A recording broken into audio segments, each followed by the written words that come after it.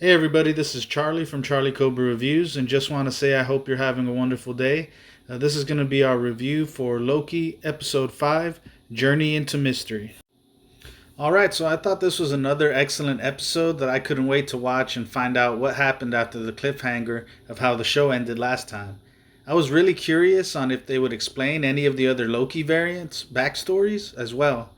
So Loki awakens surrounded by a group of Loki variants comprising of Kid Loki, Alligator Loki, Classic Loki, and one who looked a lot like Thor to me, which they called Boastful Loki.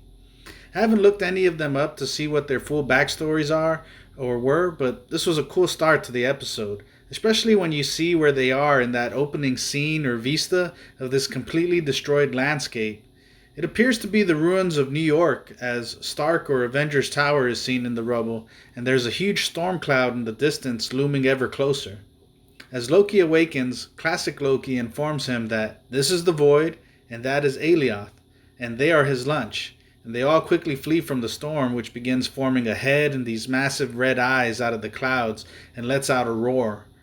Back in the TVA, Renslayer forms a truce with Sylvie to find the person who created the TVA. Meanwhile, Loki refuses to run any further without some sort of explanation as to where he is and what's going on. They explain to him that they're where the TVA dumps their rubbish, everything they've ever pruned, and Alioth ensures that nothing ever returns.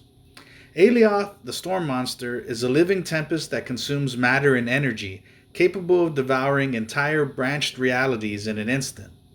This was an awesome episode, and my favorite part was probably Alligator Loki and all the Easter eggs hidden throughout the episode. What I didn't like was that they gave very little in backstories to the other Lokis, well, at least in my opinion. Still, I give this episode a 9 out of 10, and don't want to say much more to spoil it, but I can say I can't wait for the season finale.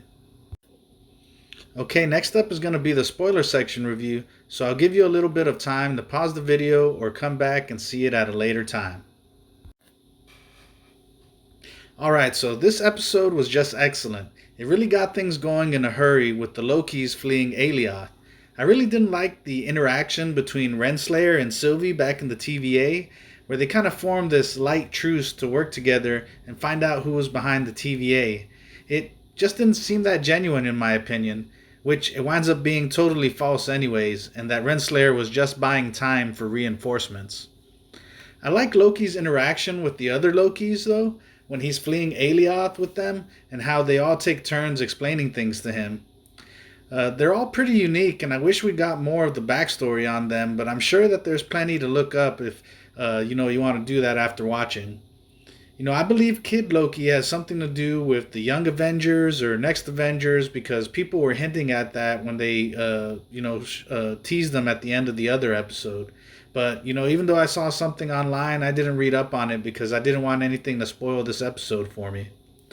Now, Classic Loki is Jack Kirby's Loki, and his costume is the original, so his story or timeline is probably the closest to the original comic, and probably that's why he said that he used his illusion magic more and wasn't much into daggers. The one I was more interested in, besides Alligator Loki, was Boastful Loki, who looked like he had a version of Mjolnir with him and looked more like Thor than Loki to me. We hear him say that he acquired all the Infinity Stones in his timeline, but are not sure whether this is just a boast or not. We also learn that the realm or planet that they're in is Kid Loki's timeline, and that his Nexus event was killing Thor. After Renslayer betrays Sylvie on their truce, Sylvie manages to prune herself and attempts to find Loki and winds up being rescued by Mobius, who saves her from Alioth. They both wind up finding the group of Lokis, minus Boastful Loki, who betrayed them for another group of Lokis that they wind up fighting in Kid Loki's hideout.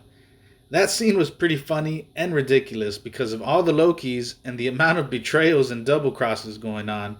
It was also hilarious to hear that one Loki scream when the alligator Loki bit his hand off.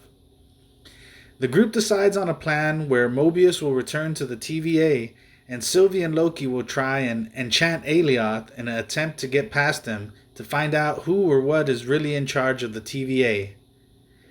The attempt fails until Classic Loki creates a massive illusion of Asgard to distract Alioth, sacrificing himself in the process.